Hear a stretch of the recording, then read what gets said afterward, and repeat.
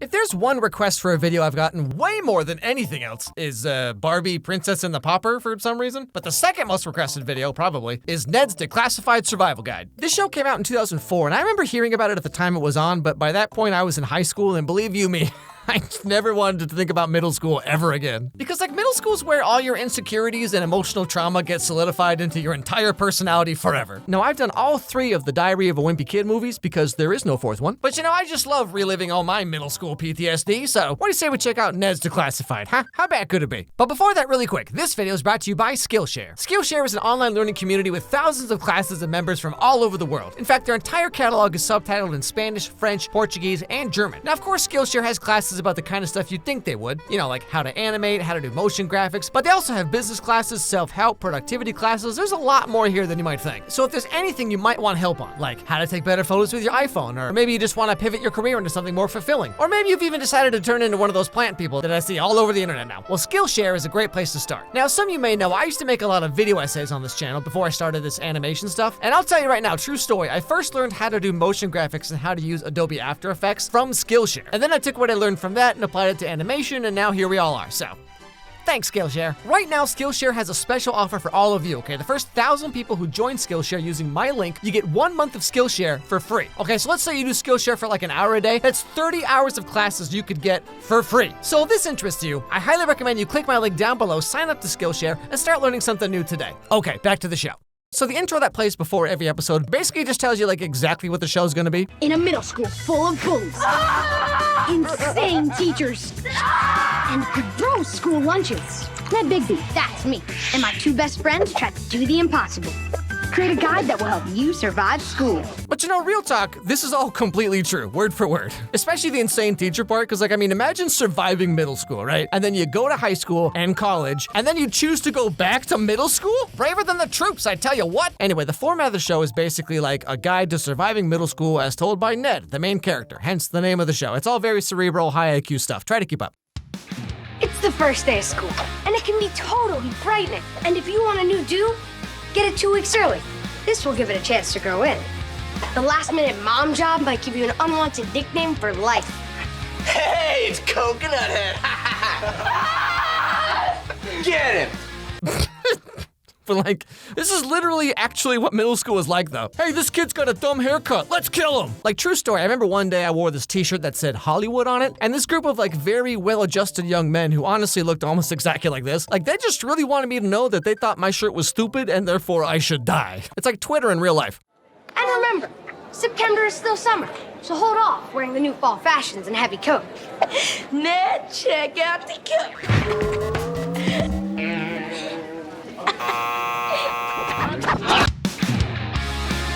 But you know, the first Diary of a Wimpy Kid book came out in 2007, and in my opinion, clearly just wholesale took everything from this show. An awkward brown-haired boy main character talks to the audience about how to survive middle school while documenting his doctoral thesis in a notebook. You know, I mean, like, come on, right? But all the same, this being the first day of school, Ned is worried that he might not have enough classes with his 2 best friends, Cookie and Mose. Elective art class together.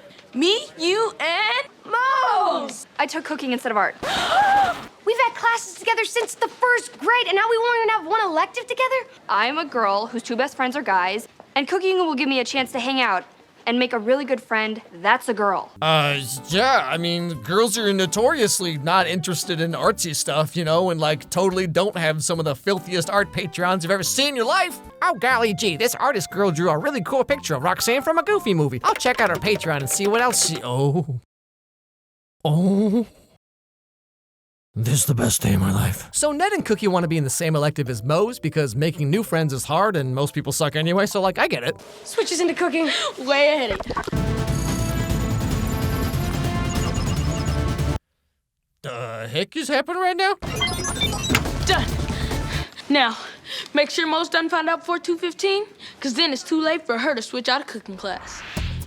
Having a friend who's half man, half machine does have its advantages. Wait. What? Excuse me? This dude's a cyborg android and you're just gonna leave that there? No explanation? You're just gonna drop that on me and leave? It's like in Shark Boy and Lava Girl how like halfway through the movie they're just like, Max, where is your dream journal? Great thinking, Sharky. We can read his dreams out loud and turn everything back to the way it was. I may even realize my true identity. Oh, by the way, everybody, Lava Girl has amnesia. You know, just in case you're wondering. What a great little plot thread to throw out right smack dab in the middle of the movie. Anyway, so after some wacky shenanigans where Cookie tries to change their elective classes like 50 times to match up with Moe's, but of course they can't let her know that because she wants to hang out with girls. Forget it. I'll eat later in cooking class. You switched into my cooking class? Don't follow me. Okay, now. I like your coat. Wait, what? What was that? This girl's just sitting back here hitting that Elmer's glue? The heck kind of show is this? So they keep trying to secretly follow Moe's around from class to class as she changes her elective from cooking to woodshop. Cooking class is not our passion, it's wood shop. We love wood, ash, balsa, cedar. You love it this much? It's prosthetic. A fake. I lost that finger in the birdhouse in '92. You know, this isn't even an exaggeration, okay? I had like 3 teachers in my middle school that were exactly like this guy. Just full-on Rambo in a sea of 12-year-olds for no particular reason. But finally, they end up settling on life science. I'm Mr. Monroe, and we now have an odd number of boys, so you two will be the alternative family. So, like, did I mention this Nickelodeon show came out in 2004? Because it most certainly did, so... Yeah, okay, moving on. But the episode ends with Moe's drilling through the woodshop teacher's hand, and Cookie gets so hot in his coat that he melts the zipper and can't get it off. Get the coat off! Oh, the zipper's fused from the heat! Fire up the saw! So I guess the only way to be really ready for the first day is realize that nobody's ready. I got like no idea what to say about any of this. I feel like I need to call my mom to come pick me up. Now, every half-hour episode of Ned's Declassified is actually 2 11-minute episodes put together. Each one has like a different life lesson or a theme or whatever. So the second half of this episode is about lockers and how your locker is the most important part of your middle school identity or something like that. School locker. Cold. Cage-like. With a personal touch, it becomes your home away from home. Now, in this episode, Ned's big problem is that his locker is right next to the fart kid. And since you can't pick your neighbors and you'll be seeing the kid next to you 6 times a day for the rest of the year, try to be courteous and friendly. Hey, I'm Ned. Toot toot. But as you can probably see coming, this kid always launches his AoE attack and then just walks away. Total Giga Chad, okay? Absolute legend, this man. And because of this, wouldn't you know, everyone thinks Ned did it. What's toot toot?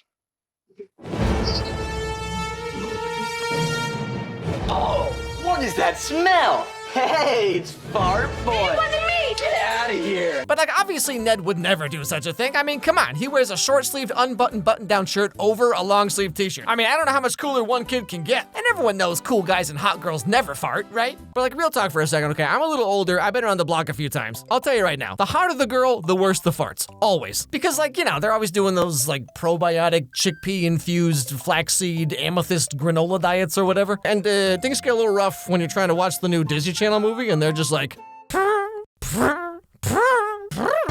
So Ned ends up making a deal with the glue sniffer girl from earlier to switch lockers because she has a crush on Cookie, the cyborg. I'm never gonna get a new locker. Mr. Ned Bigby, Claire Sawyer, future lawyer. Lisa's new to Polk, has no friends, and suffers from chronic nasal congestion. I've prepared a contract spelling out terms for a locker exchange. Kindly elucidate to page 219, subsection B, a date with Cookie? Oh yeah, by the way, okay, just to clarify here, this is Ned's lawyer / the school janitor who almost gets murdered every episode by a weasel that secretly runs the entire school. So, hope it all makes sense now. She likes the cyborg and wants to go skating. Now, this girl ends up being a minor to major character throughout the whole show, and she just kind of like really wants to date Cookie, but of course he's all like, ew, gross, you wear glasses and have allergies? What a loser, unlike me, who also has those things. But then there's this one episode later on where she gets like this total makeover. Now with my braces off, I'm gorgeous. I got my braces off too. And new allergy medication and contacts. And then Cookie has this existential crisis where like he thinks she's kind of hot now. And so he goes to talk to his trusty grown-up janitor friend about this Lisa girl and get some advice. Do you think Lisa's emo's hot? No. I can't answer that due to the fact that I'm 40. Okay. Okay, all right, we're safe. Hey, you know, someone should show this part to Dan Schneider. But anyway, so Cookie's B story in this first episode is like his locker is a little bit out of the way. You're scaring me. Did you see? They assigned me the locker at the edge of the universe. And so he comes up with these like more and more elaborate ways to get to class on time, and then it just kind of turns into an ESPN sports broadcast. Welcome to Cookie's last chance to make it to gym class on time. Look like Ned has built him a mop bucket slingshot.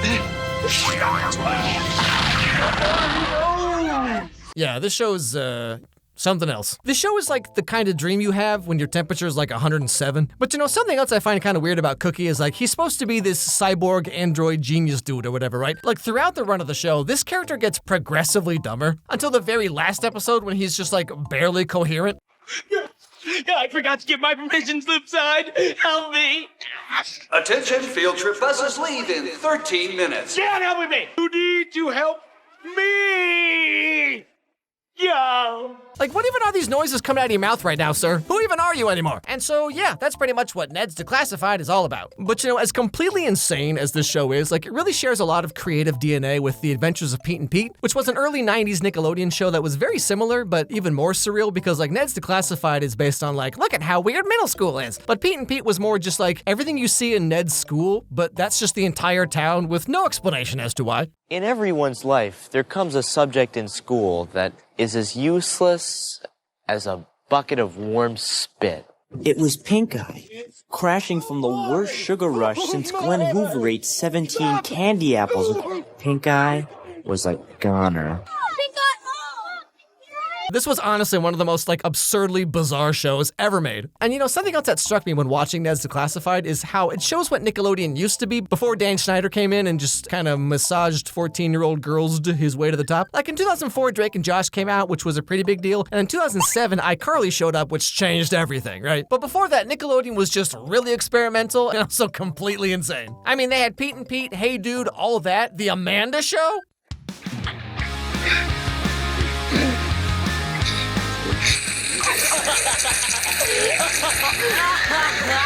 I've been stinkified. It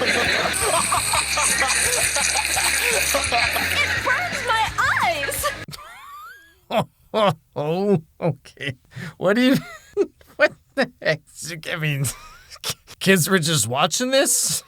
Look at how we all turned out. Does anyone remember this show? And have you ever slept well at night? Okay, you may be entitled to compensation. But all the same, apparently the cast of Ned's Declassified is getting back together to do something? Another Millennial Bait reboot sequel or something? Probably, but we'll see, I guess. Anyway, thanks for watching, everybody. Hope you enjoyed the video. If you did, don't forget to subscribe. Don't forget to ring that bell, leave a like, leave a comment, all that stuff. Send me an email at alexmeyerscontact@gmail.com and let me know what movies or TV shows you think I should check out next. And above all, let's everybody have a great day, and I'll see you all next time.